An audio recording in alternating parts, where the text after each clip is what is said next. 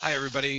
Just want to let you know, we'll give everyone a few more minutes to join, so we'll start at 5 past the hour. If you have any questions in the meantime, please feel free to throw them in the chat window. So I'll be answering questions as we go. So just probably about 2, 3 more minutes, and then we'll begin. Thanks.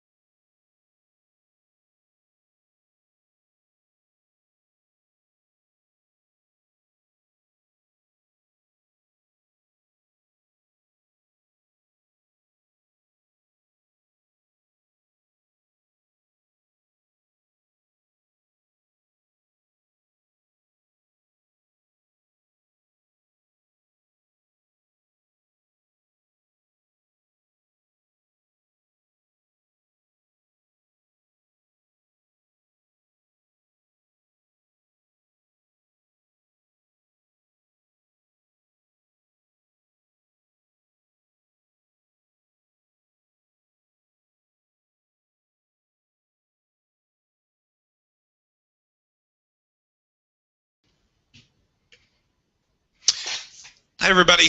Um, Welcome. Thanks for joining tonight. So I figured what we could do is I'd go over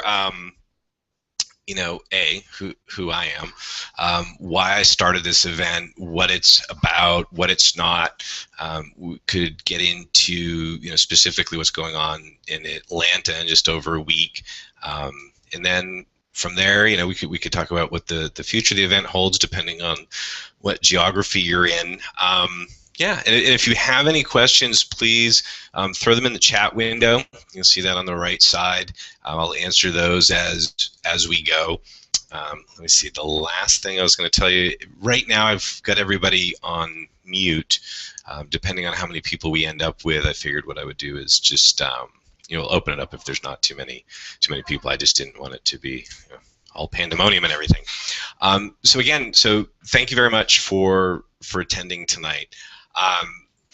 Yeah, so let me start where everything began. So I've been in the IT world since '98, and had been both as an IT engineer, and then also eventually moved over to the vendor side. And I've probably been in security, oh boy, since 2004, 2005. And really in my role for a while in sales had really covered the world. We do what's called a proof of concept, where we go on site and show how our stuff works. And I've done those in Australia and Abu Dhabi and South America. So I get an opportunity through that and through the job that I have now to really see how folks were doing security or not doing security. About a year and a half ago, almost 3 years ago, I joined a company called SourceFire. We've since been acquired by Cisco, and I focus on critical infrastructure. So cybersecurity within, say, power plants, industrial networks, energy utilities, oil and gas companies. And again, this is a global role, so it's given me a chance to see what the risks are in the world and what's being done about them.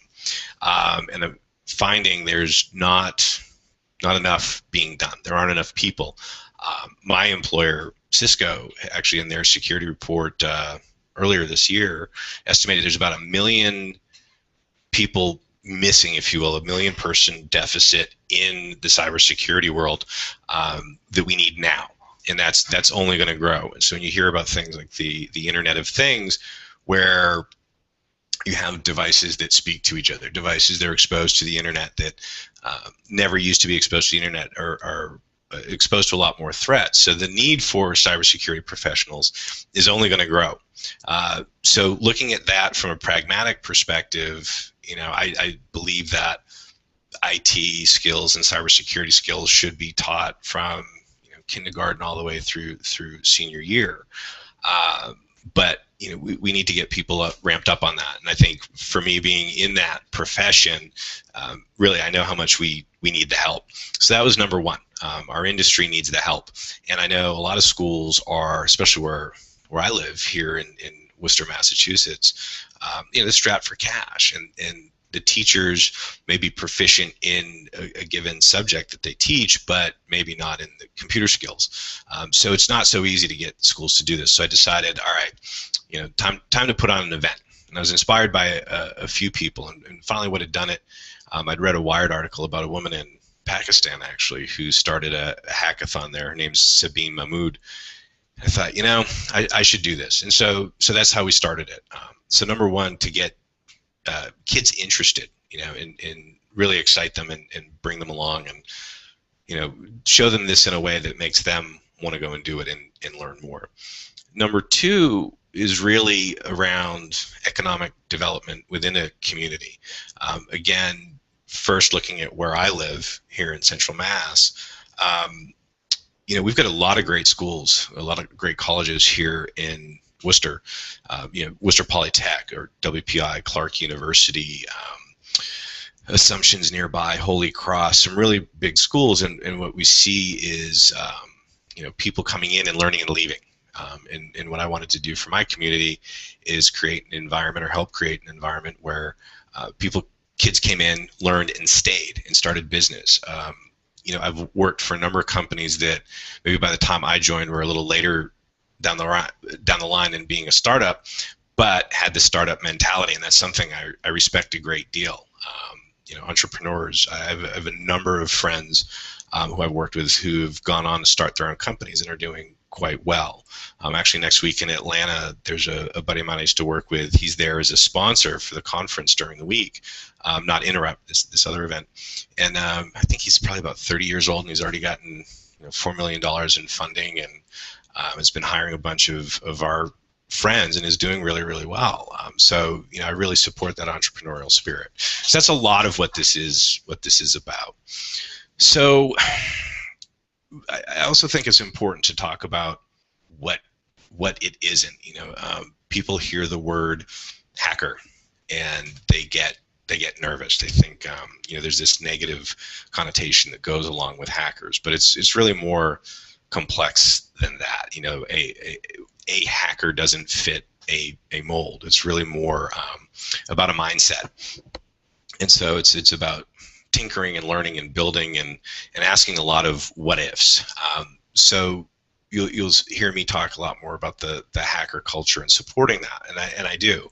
That's kind of where the name 1NTERRUPT came from, in part to shake things up a little bit, to make people look at problems differently. We have to constantly look at problems in new ways, I believe, to come up with better solutions. Because the bad guys are doing that. We need to be doing that too. So yeah, hackers make choices. You can have skills that you use for negative purposes, or things you can do for positive, and then there's shades of gray. But when you hear me talking about hacking, it's that mindset, that inquisitive mindset. So we're not here to teach kids how to break into things. That's not it. It's to help introduce the concepts that are basic to all of this, and really hopefully get everybody interested enough to do this. So that's number one. I think what's important to understand about the event, or about Interrupt in general, this is all volunteer. This is something we all do in our spare time. So as I mentioned, I work at Cisco. I've got a couple friends. I'll be bringing 3 people with me to Atlanta who are kind of my core team. One of my friends who helps out, Bill Grenache, works at a company called VCE, which is VMware, Cisco, and EMC, a conglomerate they put together. He's been in the tech world for years, but also somebody I've known since the 6th grade. But he brings in quite a bit of experience and perspective. Another friend named Bill Galekis works for a services company here, so he's got an IT background, does installations. Jason Epstein, he is the Chief Information Officer at Worcester Academy, a private school here in Worcester. So understands tech, but also understands education. So he's helping me out to build, really, I don't want to call it a curriculum, but a framework. So as we expand the event, we'll go there. So it is all volunteer. There are no costs to attend. So if you've been on the Eventbrite site, you've seen all the tickets are free. And that's something that I've felt very strongly about. This is, again, we need help in this industry, and I'm not going to charge people to learn the skills to come help us. I think that's very counterproductive, and I'm a strong believer in meritocracy, in the value of good ideas, and so that's why through sponsorships, that's how we fund this. So it's free, and that's why you see that. We will continue to make that the case. So I do really need to give a lot of thanks to our sponsors. So Cisco, as I mentioned, they're my employer, but also a really big sponsor, and they've given us a lot of help and continue to give us a lot of help, as Akamai Technologies has done as well. So that's one thing that I've found too. When we're talking about what hackers are or not, the people that I've spoken to so far, particularly about supporting this event, the professionals, and I'll get more into it, how we work with them, but are all very supportive and really want to help and to volunteer. So you're going to see, especially in Atlanta, I'm very excited about who we have on the panel there. One of the things is to give everybody an opportunity to talk to some of the professionals. So I'll get into that a bit when we talk more about Atlanta. So that's about it. So I think, then for the course of the day, how we typically do these, it's very conversational. What this is not is class, and where we're going and trying to appeal to high school students. Last thing you want to do is, I remember what it was like to be in high school. 5 days was enough for me. I don't need to spend a Saturday sitting in another class, and I don't learn well that way. The guys that I work with don't learn that way either. So what we try to do is we look at the participants who come and join us are really new colleagues. So anytime you have somebody start new in your department, you're already on an even level, and you're just helping to ramp them up. And that's what we look at this as well. These are new colleagues who are coming, and we're going to help introduce them to the skills and start building those skills. So a lot of this is about, again, introducing them. And I should point out too, nobody needs to bring a computer. Actually, believe it or not, there won't be computers in the room. The concepts that we talk about, we try to bring them in a different way. I think there's a lot of mystique about what goes on inside a computer if you're not necessarily technical or didn't know computers or don't know computers. That can seem like a lot of voodoo goes on in there, and it's not really the case. And when you can break down the concepts of really what's going on inside of a computer and inside of a network, the building blocks and concepts are actually pretty straightforward. Obviously, once you get down, it gets more complex, but that's beyond the scope of what we're doing. This is really an introduction. So we really look to have a back and forth hear the thoughts of those that are there. We had when we did our first event here in Worcester, it was great because we ended up just doing a whiteboard session at one point. Whatever questions came up and whatever we decided to talk about, we just really had this great dialogue going on.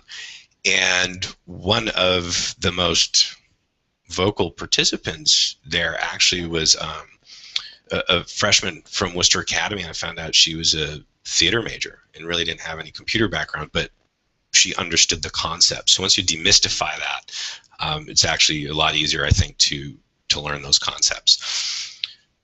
So one of the other things that I want to tell you about that before we get into Atlanta, I think, and just the other part of it too is really about community. I stress that quite a bit. It is, especially in Atlanta, I've been really, really impressed and happy about this because you've got, there's quite a security community in Atlanta. There are a number of groups, and I hope to have a few of them, both presenting and exhibiting there. So for instance, the chapter of DC 404, so DC stands for DEF CON and then 404, the area code for Atlanta.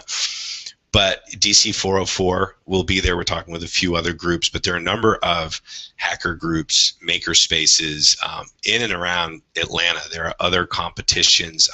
We'll have folks from Hungry Hackers who are associated with Georgia Tech. I believe Gray Hat will be there as well. So there's quite a bit. And another thing that we look to do is go, all right, Interrupt is about introducing the concepts. What comes next? Come one or two times, what comes next? So this ability to, or this objective to connect people so that the people who participate in Interrupt know what the next stage is. If you want to learn and you want to build your skills, here are the next places to go. So that's very important. And around that, the other thing I'm going to say is we are expanding. So we started in Worcester. We were presented the opportunity to do this in Atlanta, which we did. What'll happen is once we start somewhere, we stay. So actually at first I didn't want to do it just because it's a lot of work, and actually a lot of it happens upstairs in my kitchen or dining room. This is, like I said, all volunteer, grassroots. We all have jobs. We all have kids. Because it's a commitment. I don't want to just show up. It's not going to be just next Saturday or a week from Saturday and then we're done. It will continue and evolve and become part of the community there. So that's one thing that's important too. It's that community element is very, very important to us, and so we'll see that grow. That's the intent. I'll be looking for somebody once we get done with the event to kind of take it over, shepherd it, and then we'll work together. And then, but we've had interest from other cities in the country. Actually, even a few. A friend of mine was talking about doing this in Madrid, which I told him I'd have to personally oversee that one. So anyways, okay. So, and again, please remember there's the chat window if you have any questions as we go. So I guess now what we'll do is talk about Atlanta specifically. So, so it's September 20th. I think all the information I have up on the website, interrupt.com, and I've been sending emails out to those who have signed up so far, and you'll see stuff on Twitter. So I think there's quite a bit of information there. The big question, what I've been getting a lot of emails about, is the availability of tickets and what people can do and can they get in. And so I was very pleasantly surprised to see the response in Atlanta. We had our first group was a small group, and we had a great time. And one of the things is about really connecting, kind of that one-on-one. And so I was expecting something similar in Atlanta, and actually we just about doubled the capacity from our first event and sold out into 2 days, which completely shocked me. So we activated a waiting list, and then that filled up. So, still get a lot of emails. So what we've done is try to balance two things. So the breakout session, which is really kind of what the that's where a lot of that conversation happens. Again, I don't want to call it a class because it's not really a class. But what we're going to do is, so the 30 folks who signed up to participate in the breakout sections, those are the participant tickets. So they will have access to that. We're going to keep that the same because I'm concerned that if we're to get too big, it wouldn't scale. Nobody would have fun. It would just be, it's hard to have conversations. If we had 50 people jammed into a room, I don't think it would be fun for anybody. And we want people to have a good time as well as learn. So we're keeping that. But there are other things that are going on. And so what we did was created a general sessions ticket. So for instance, the agenda for the day roughly will be, where we started off, there's a kickoff. We're going to have one of the folks from Hungry Hackers, who works at Georgia Tech, show us a live attack, which will be great. Well, I should say live, it's on a virtual machine. So even though he's performing it live, he won't actually be hacking a web server because that would be illegal. So we're not going to do that. Excuse me. But so that'll happen in the main auditorium. We'll have the breakout session. Midday, we have our professional panel. And you may have seen me post some things, and there's definitely a video from one of our speakers. His name's Emir Vikfusen, and he's from Iceland, and I saw a TED Talk of his that I loved. It's called Why I Teach People to Hack. And I'd emailed him about it and asked him about 1NTERRUPT. And it was funny because his response was, oh, I'd love to help, but I'm moving to Atlanta. Oh, perfect. So he's there. So he actually teaches at Emory now. We have 2 other people I'm just trying to get confirmations on, so I'm not going to put their names out there yet. But one is an entrepreneur, and researcher, hacker, but entrepreneur with his own company. And then the other is also quite skilled, has quite a bit of I've seen him in the New York Times and so on. So I know they'll be there. We just want to make sure they're confirmed on the panel before I put their names out there in case anything changes. But this is a full Q&A panel. So when we had done that here in Worcester, we had 3 folks from Akamai Technologies in their incident response and vulnerability research team. And the session was great, very, very interactive. I didn't have to moderate at all. I mean, it was just, the conversation happened like that. So that was a lot of fun. So that's a big draw. So that'll be in the main auditorium. That's general session as well. And we're working to have exhibitors there from DC 404. I know we'll be there, and a few others, so that you get a chance to, if you're not in the breakouts, you still can meet these people, talk to them, see what they have there. And then of course we're working on a few other things, so that if you're not in the breakouts, still in the general session, there'll be interesting things for you to do there and to get connected with the community. So I did put this up on the 1NTERRUPT site under the blog. So if you go to 1NTERRUPT.com, and it's thoughts and thinkers, and then there's a blog link under there, so you'll see it there. But what I would say is too, is if you're on the waiting list, stay on the waiting list, because as tickets open up, this has happened so far, then you're in priority order. And so as tickets open up for the breakout sessions, you're able to grab those. And so I would say stay there. People do drop out before the event, so there's always a chance to get tickets. If by Friday night those there are no more participant tickets available, what we'll do is, you'll see me, you may get notices, I'll move everybody to general sessions, so you can still be there.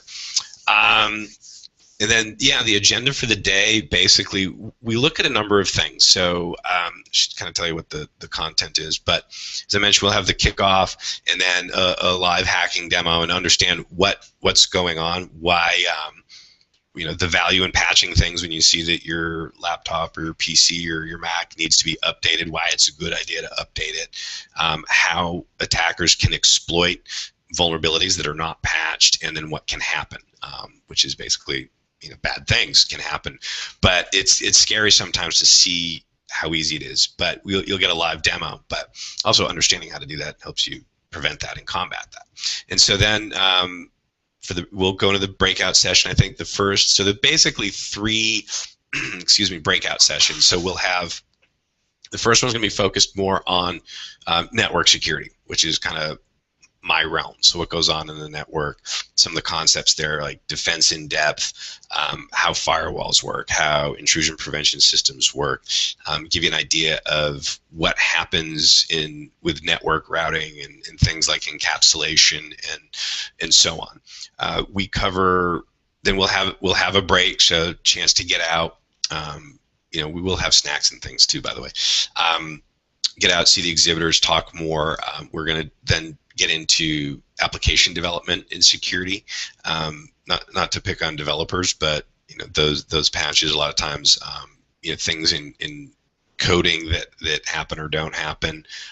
And as an aside, I'm really surprised to see how many colleges still teach programming but don't teach security. So there are things to A, understand how these things work, but B, how to create things in write code securely. So that's some of the things to look out for.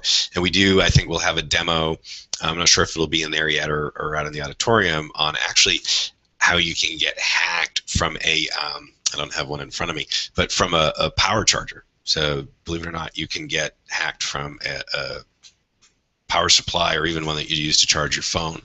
And then we'll have the lunch in there. We'll have the Q&A panel, and then the third session will be around open source hardware. And I don't have one. Oh, I had one on my desk here, but it's a Raspberry Pi. So we'll talk about those. We have some things that we may show there. These things are awesome. Actually, I just got my first one. One reason I look so tired is because I stayed up playing with it last night, and it's a lot of fun. It's about that big. It's really cool. So we see what we can do there, and that's going to take us through most of the day. As I mentioned, we'll have a few other things planned out, and then we'll wrap it up, and that'll take us till 5. So from past experience, there's quite a bit of conversation that goes on. We don't lock in, here's a curriculum, we're going to talk about this for the first 20 minutes and this for the next 20 minutes. We go where the conversation goes. And so if the group's interested in talking about A versus B, we'll talk about A. If they'd rather talk about D, we'll talk about D. So we cover all the concepts, but we're there to answer questions as well. So, okay. Those are the big things for Atlanta, but please just remember on the Interrupt page, we'll have, as the agenda gets a little more rounded out, that'll be there. I mean, that's really the place to go to for information. And again, please, any questions, throw them in the chat window here. Happy to answer them. So I guess just the other things I was going to talk about, if we don't have any more questions, we may be able to wrap this up early. But the idea is, so we're expanding the footprint. Coming into Atlanta, before we had just focused on network security. So now we want to grow that appeal, because doing things with hardware, doing things with software, as well as the network, there's people who have different interests. So we're looking to expand that. This will be the first time that we're expanding to cover those 3 areas, which is pretty exciting. The other thing that I did want to tell you about too is why I keep the page as a Facebook page and so on. Obviously, I mean, it's not really just for promotion. It's again to continue connecting people. So one of the things that I have up there, I've started a podcast, which again, if you go to interrupt.com, Thoughts and Thinkers, you'll see podcasts. And so as I'd mentioned, the research and hacking community has actually been very supportive when I've spoken to people. We've had some great interviews with people in the industry. So we're looking to always connect. So please drop in there. These are professionals that I talk to right now. We actually have a podcast up there from a coworker of mine, but probably one of the most brilliant people I've ever met and entertaining. And I mean, this is a guy that does open source DNA testing for fun and builds lasers for fun. So we talk about some of that. 2 of the podcasts I have in the queue, I still have to do the mixing on, is one, a woman named Karen Elazari, who, if you, again, look under the videos that I have up there, she does a great TED Talk. I think she's had over 1 million views at this point. She was kind enough to give me an hour of her time on Skype. So I'm still in the process of editing that, as well as another interview with Stephen Luters, who if you're familiar with CERN in Switzerland, that's where they have the big Hadron Collider, where people, when they started it up a few years ago, were afraid it would cause a black hole in the middle of Europe. But Stephen Lueders runs cybersecurity for CERN, so we have a conversation with him as well. So we're always trying to connect people and talk about the things that are interesting. So even when we just don't have the event and we've got time between the next one, please check in there. Let me know too who you'd like to hear from. It's really, again, about connecting people and finding things of interest, so that those who come to Interrupt and have an interest always have access to the to that world. So I think, if you just let me check my notes real quick, I think I've covered most everything. Oh, one thing that I did want to bring up as well, just a little practical thing, is we do take pictures. Things end up on social media. We're probably going to shoot some video. So the thing to keep in mind is that we will have a video release form that that will need to be signed. So you find that up on the website as well. So unless there are any questions, that I think I've done. Everybody can grab either a late dinner or watch some TV. But I just really want to thank you for attending.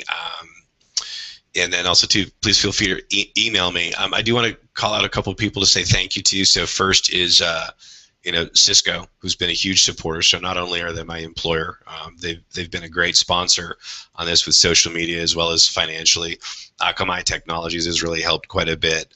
The ICSI SAC is our 501c3, so helps out quite a bit. And I just want to thank Mike Zalewski, who came up with the name, Michelle May at Festival Creative, who does all of our artwork, Kate Toomey, who is on the Worcester City Council, who's been very supportive from a governmental affairs perspective, Tracy Novick, who is on our school board up here, for her support in the education space, and of course our core team of Jason Epstein, Bill Grenache, and Bill Galekis. I mean, there's a ton more that I could thank, but this is really a group effort, so I just want to make sure those folks get called out. So if nobody has any questions, I guess we'll just put it up there, but drop me an email, and I hope to see you all on next Saturday. Thank you very much. Bye-bye.